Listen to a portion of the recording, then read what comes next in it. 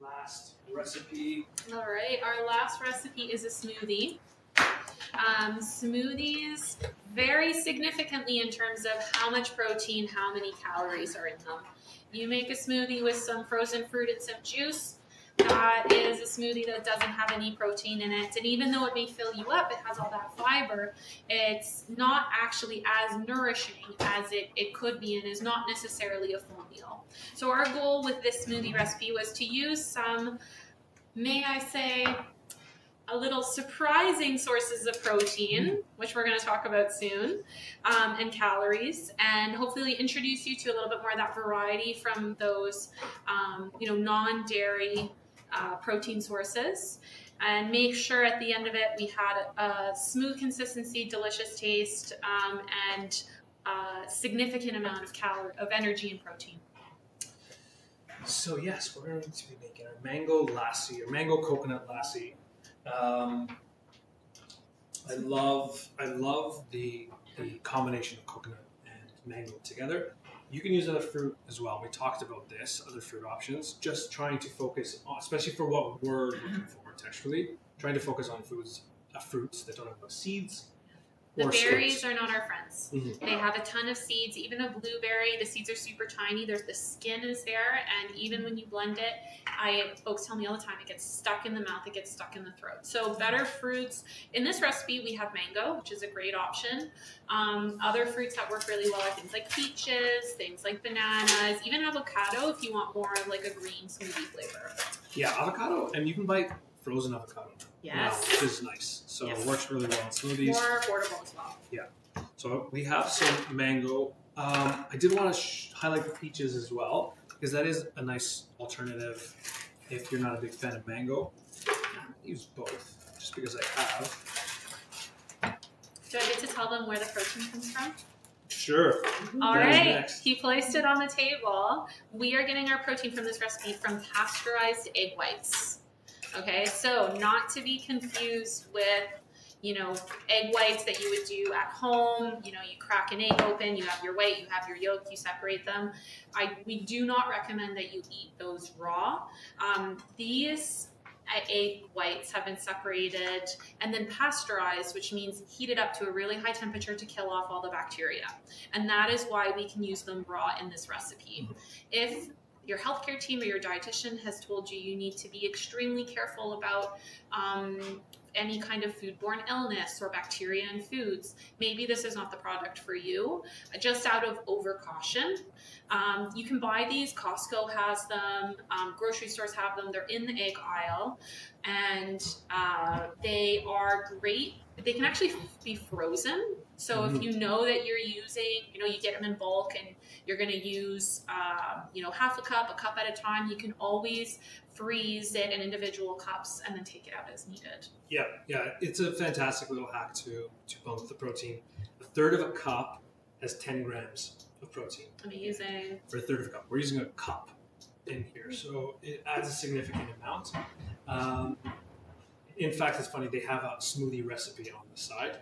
It's not well known though. Not a lot of folks use it. It's not well known. It's a great way to bump up that protein. So I'm going for a full cup of. And you can see it's very liquidy. It doesn't taste like anything. So there's not a flavor associated. It actually makes a smoothie a little bit frothier. Mm-hmm. I would be very careful about leaving this smoothie out all day. So, usually, for any food, 2 hours at room temp is, after that it's in the danger zone.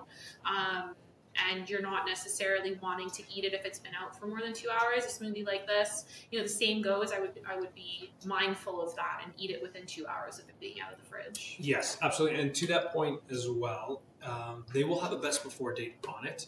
Once it's opened, and actually found it because we were looking for it the other day. Mm-hmm. Once it is open, it says use within 7 days. Okay, so make sure that once it's open, you do use it within the week. Mm-hmm. And if you're not going to, put it in the freezer. Yeah.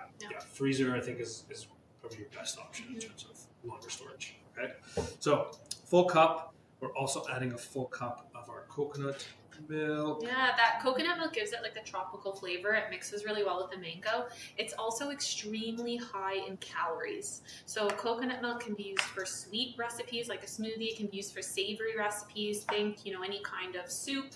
Mixes well with squash. We could even use it in that other soup, that creamy soup we were using earlier, and it's a non-dairy alternative. There is also in the market coconut cream, which is higher in fat. It's kind of like just like milk will separate, whole milk and put the fat on top. The cream will do that for coconut milk as well. And that can also be an interesting ingredient to add to smoothies, to add to foods, to increase the calories in the meal. Lovely. Okay. And then a little bit of sweetness, and this is optional, right? If you're okay with sort of the level of sweetness coming from the frozen fruit, because it's cold. Remember, anytime you use cold fruit, the flavor is going to be dulled a little bit. So we can use a pasteurized honey or a maple syrup to sort of bump up that sweetness a little bit. An alternative, if you can tolerate it, is citrus juice. Okay, so citrus, that lime juice or lemon juice, will also help to elevate the flavor of your cold frozen fruit.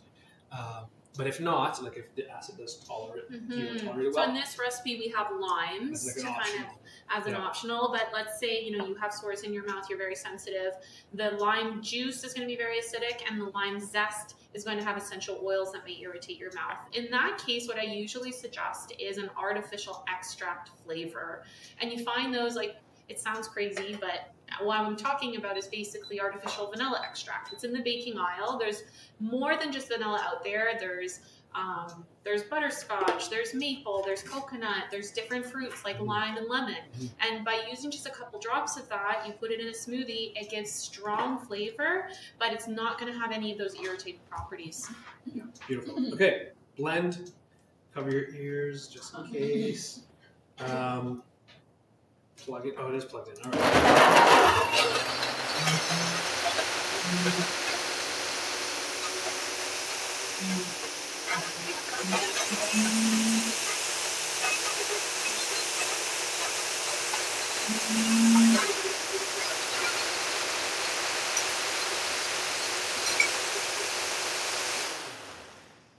If you see it's not turning or it's too thick, so this is almost like a really soft vanilla yogurt. So maybe it's more melted vanilla yogurt, but we can add a little bit more liquid just to thin it out a bit more.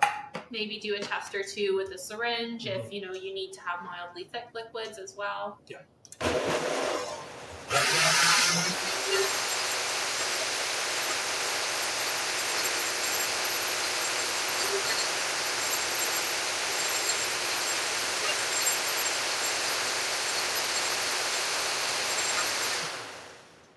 All right, so I'm happy with this consistency.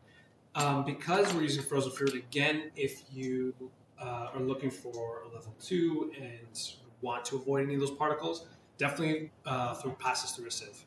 Because the frozen fruit sometimes does not always break down fully.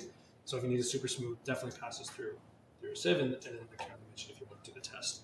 I was also just going to say, because it's frozen fruit, if the temperature sort of sits out for a while, it might change to a thinner liquid. Yes. So just to be mindful of that piece, if you're not drinking it right away, or if it sits for a little longer, absolutely, it might change texture. Absolutely. Versus if you were to use a banana at room temperature, that might be a little bit more stable, likely wouldn't have as many particles. Yeah. So that's kind of maybe a hack if you don't have time to necessarily thin it out or pass it through a sieve. Yeah. Or you maybe even defrost your frozen fruit in advance, let it sit in the fridge, and then that could be helpful. Those are great tips. Yeah. Okay, so we're going to plate or. So one thing we haven't talked about so far in this class is protein powder, and we want to highlight it now because this would be a great example of something you could mix protein powder in to boost the protein in a recipe. Protein powder could also be added to the soup that we did earlier, or even the porridge as well. But in terms of the timing of when you add protein powder or nutritional supplements in a recipe is very important. You don't necessarily, it's kind of like with the tahini, you want to add it at the end. You don't really want to be sitting, having it bubbling on the stove, heating up. It may change the texture. It may clump, especially nutritional supplements. So let's say, you wanted to add a nutritional supplement to the soup. Either one that was very lightly flavored with vanilla, or maybe one that doesn't have any flavor in it. If you were to add that while it was cooking and boiling, it would likely separate. Yeah, great tip. That does it. Oh, question, yeah. I have a question, yes. For the protein in the shake, could you use silken tofu? Absolutely. I love tofu in smoothies. And the other thing about that is that tofu actually gives it a little bit of thickness. So if you need to have a certain amount of thickness in your recipes, a tofu it gels a little bit, and it doesn't like melt like the fruits or whatnot. So it keeps that texture. It's also really good in puddings. You can use a silken tofu chocolate pudding. That's a naturally really high protein pudding. Yeah, it's a fantastic hack to get sort of that texture, but also get that extra protein. We have a few recipes on our website where we've used it. We've made things like a key lime pie. We've made a tiramisu with it. So there's different applications that you can use the silken tofu, because you don't have to cook it. You can use it for sort of colder applications or for savory, warmer applications as well. Well, that does it. Any other questions for the class? Everyone's just like, want some food? You want to try it? Yes. A little bit. The tofu, it's needed cooking or needed boiling water for the first steps. For silken tofu, you don't. No. So it is food safe to eat Yeah. cold. It does not need to be cooked to eat. And that's another reason why it makes it so versatile. Oh, sorry. We did have a question. Is millet high in fiber? So it is a moderate source of fiber. I will say that if you need to put it through a sieve, it may take away some of the insoluble fiber, which is like the hard fiber. But some of the soluble fiber, which is more of like the gel-like fiber, would go through, and you would be able to get some fiber from that. Perfect. Beautiful. Well, that does it. Carole-Anne, thank you so much. Oh, it's a pleasure. Fantastic. And thanks everyone for joining online and in person. We're going to put some of these dishes and recipes aside so you can try them today. If you're at home, you won't be able to, unfortunately. You'll have to join us for the next class. Yeah, and we will be back in March on the third Thursday. The date escapes me. But I think we have another special guest, so stay tuned. You can join us for that class. And these recipes will be posted with the videos on our website over the next couple of days. So if you don't have them again in person, then you can check those out online. And again, thank you. Thank you.